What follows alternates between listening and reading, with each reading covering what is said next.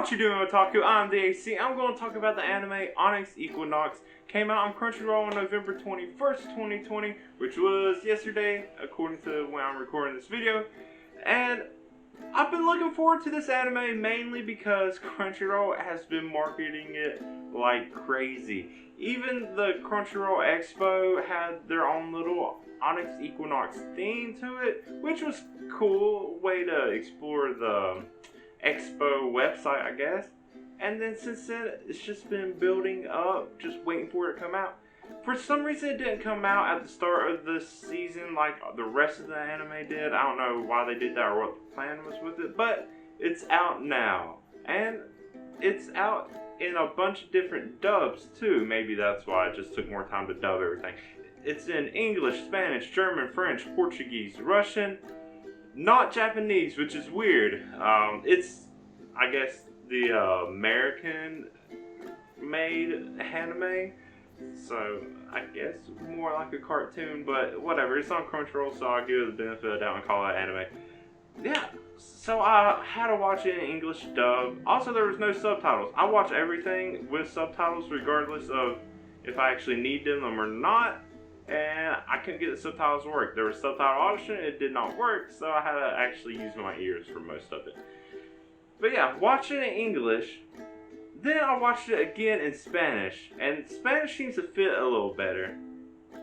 But my Spanish is not as fluent. My Spanish isn't that good. My English is barely good, so even though I couldn't understand most of it, I think most of that was because I already watched it in English. I knew where they was getting at. I knew what to listen for. But it was a lot of active translating on my part. So, as much as I want to watch the entire series in Spanish, it's probably going to have to stick in English for me. Unless the subtitles start working in Spanish. I would much prefer that. I don't know. I'm still weird about some of the English dubbing. Most of it was fine. There was a few awkward times that were just weird. I don't know why it was. But besides just the anime itself, there's also a companion podcast with the creators of the show that come along with it. You may see what's going on my TV is actually the little floating thing that goes on during the podcast. I wish it was a video podcast, but no, I guess we're just stuck with this, which is fine. I mean, I don't need to see them to hear what they're saying. But it is cool to get these like behind the scenes look, and well, not a look, but a listen to how the show came into creation and everything they do with it. One of my concerns with the show is, especially nowadays, there's like appropriation of other cultures into other shows or entertainment. So the podcast cleared that up for me, knowing that the creator's family has like Mayan background and they put a lot of research and everything into it. It wasn't just like they were taking ideas and just using them all willy-nilly however they wanted. So it was really cool to listen and see all that. And just see all the ideas and kind of them hitting out what's going to come forward. So, what Onyx Equinox actually is about, it's based off of mesoamerican lore such as Mayans, Aztecas. And it has this one god who has been stealing blood sacrifices. Now, I'm not going to even try to attempt any of these gods' names because I suck at regular names. I'm going to butcher anything slightly more complicated than just small, easy names. So, the names are around this area. This is who I'm talking about. So yeah, this god's been stealing blood sacrifices. It caused a disaster. And so there's two other gods. They end up making a bet on how they're going to close the gates to the underworld in order to stop this other god from stealing blood sacrifices. And the one god that makes the bet says he will take the lowest of the low of humanity and have them be the champion to go do this. The other god accepts the bet and it goes on from there. Now, the person they pick is a kid named Zoe. He's just a servant. And their definition of lowest of the low, they actually explain it in the podcast, but at first when I watched it, I was thinking, this doesn't really seem lowest of the low. Yeah, he's a servant, but he's not like he's not the worst treated servant. He's in decent condition. but the lowest of the low doesn't mean like the lowest class, I guess, of humanity. It's the lowest of the low on a personal level. They say a little bit about that in the podcast, so that's helped clear that up for me. Yeah, it's when he felt the lowest because his sister gets sacrificed, and then he kind of falls to his death willingly afterwards because he felt like he lost everything. This is the lowest for him, and in turn that makes him the champion for humanity. Okay, cool. So that's where it goes. Now this anime, I didn't know what to expect for the first episode. I watched the trailer. The trailer looked cool. It looks like it's going to be really cool.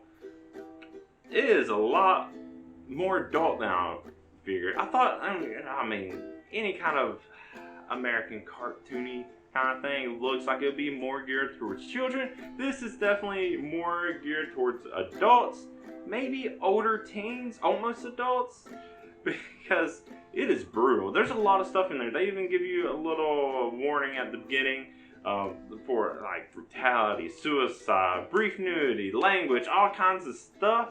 And it was awesome, honestly. It's like, yeah, I would say older teens could watch it. I wouldn't care if I had a pig. If I had a kid that age, I mean, yeah, it'd be fine. I don't care.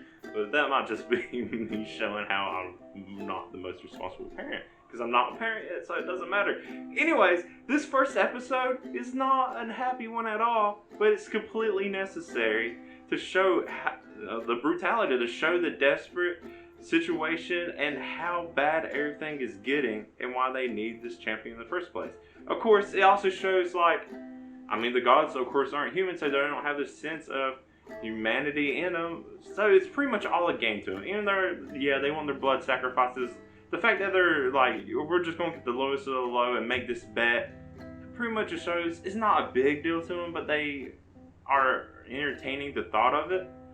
So yeah, it just shows this big difference between humans and gods. I mean, the very beginning of the episode is just showing this whole town or village being destroyed, and then when the gods show up and you think they're going to help, they pretty much just make it worse.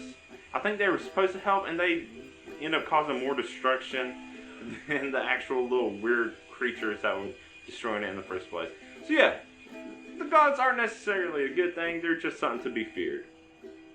Now, the last line of this episode I think was really cool, but it doesn't fit. And it's going to show this blend of like trying to seem authentically for this world, time, culture, and also more a mix of like more modern lingo and stuff like that. The last line is something like, "This is humanity's champion, you're all fucked." And I was like, that's a cool line, but considering it's supposed to be coming from like this mesoamerican lore god, it doesn't seem like something they would actually say, not in that way.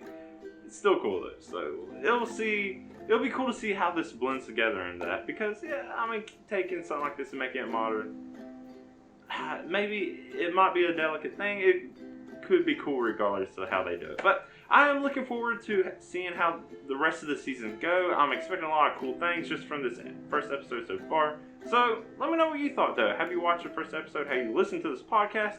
Let me know all your thoughts about it. Or if you're not even interested in it at all, let me know why. But if you like what I have to say, go and like the video. If you want to see me talk more about anime and other kinds of stuff, go and subscribe to my channel. You can see why I do all that. But until next time, I'm the AC. Thank you for watching, and bye.